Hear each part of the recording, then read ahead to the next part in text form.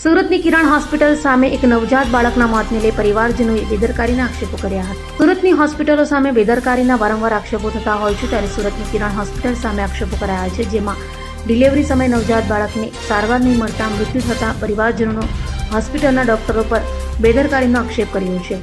Normal delivery કહીને ડોક્ટરો દ્વારા ગંભીર બેદરકારી રાખી હોવાના આક્ષેપો કરાયા હતા। હોસ્પિટલમાં પોલીસે આવીને મામલાની ગંભીરતા ધ્યાને લઈ તપાસ શરૂ કરી છે, તો પરિવાર દ્વારા યોગ્ય તપાસ કરી ન્યાય અપાવવાની માંગ કરાઈ હતી। રાહુલ કાતરિયા। આજે તમે કઈ જગ્યા છો અને શું બનાવેલું છે? હું અત્યારે કિરણ હોસ્પિટલમાં છું અને આજે મારે અહીંયા અમે દાખલ થયા હતા સવારમાં ડિલિવરી માટે દાખલ સવારે 10 વાગ્યાના થયા હતા અને અત્યારે 4 વાગે ડૉક્ટરે એમ કીધું કે ભાઈ તમારું બાળક બચે એમ નથી। કોઈ જાતની કોઈ સારવાર અમને મળી નથી અને અંદર કોઈ સરખો જવાબ દેતા નથી। મેડિકલમાં દવા લેવા જાય તો બી 2 કલાક વેઇટ કરાવે છે।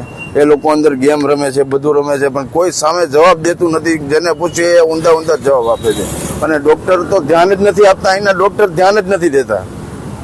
ડૉક્ટરને કહેવામાં મેં કીધું કે ભાઈ આનું શું કરવું, એ કે આ વસ્તુ થાય એમ। છેલ્લે લાસ્ટમાં 10 મિનિટમાં એમ કહે છે કે તમારા બાળકને ધબકારા નથી, ત્યાં લગી બધું સારું રહી છે। 10 મિનિટમાં છેલ્લે એમ કહે છે કે હવે તમારું બાળક બચી કે એમ નથી।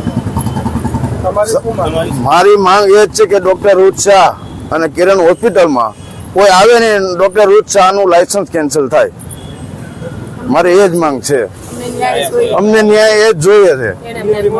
અમને 11 વાગ્યાના ગોળ ફેરી છેલ્લે એમ કીધું કે હવે કાંઈ વધ્યું નથી, એમ કાંઈ બચે કે એમ છે નહીં।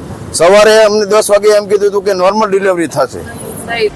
અભય થઈને નિષ્પક્ષતાથી નિરપેક્ષ રીતે વાસ્તવિકતાનો અરીસો રૂપી સચોટ માહિતી લાવતો સત્યની સાથે અભય ટાઈમ્સ।